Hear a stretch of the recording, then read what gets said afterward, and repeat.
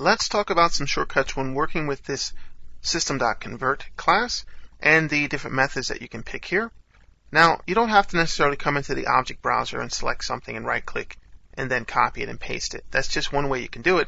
It's just a matter of introducing how you can find these conversions within the object browser.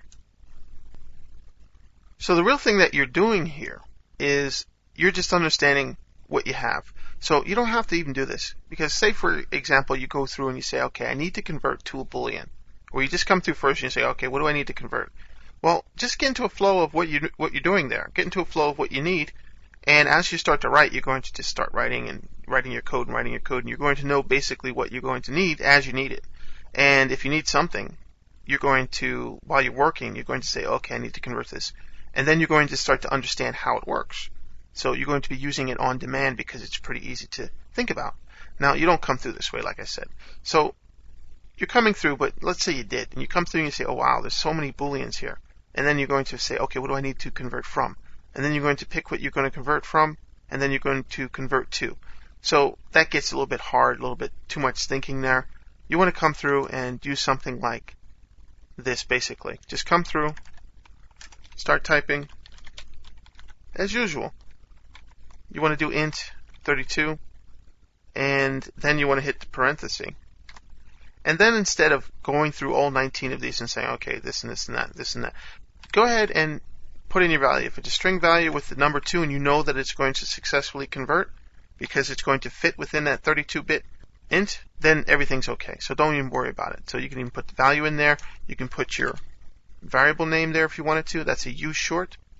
So if we give this ushort, we're going to give this the value of -2. Can't be that, so we'll make it 2. We'll start with debugging. We didn't have any output there, so it did work. See that I didn't even have to specify where this is going, what it's going to be assigned to. Not a problem. No errors are involved there. But we could take our console.writeLine from here, place it here, get that all ready, and then we go back. And then we can see that it outputs 2. No problems. So it's all set. That's how it works. Just go ahead and use it, and don't even worry about it. Like when you're writing something and you're going through and you're saying, okay, I have 19 functions for int32. Go back and say, okay, go back to the dot and then pick Boolean, for example, and then you see, oh, I have 18.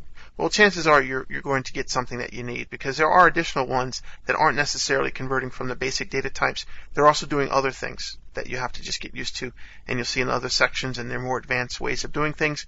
So don't get confused there. Just use it as you need to.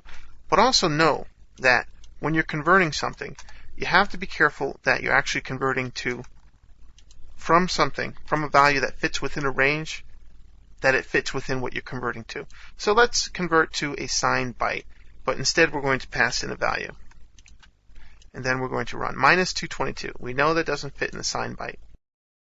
Well, we're going to get an exception here. We get an error. We have to actually check for that. You can see that we have an overflow exception. We didn't trap for that. And this value was either too large or too small for a signed byte. We know that. So you have to keep aware of what you're doing.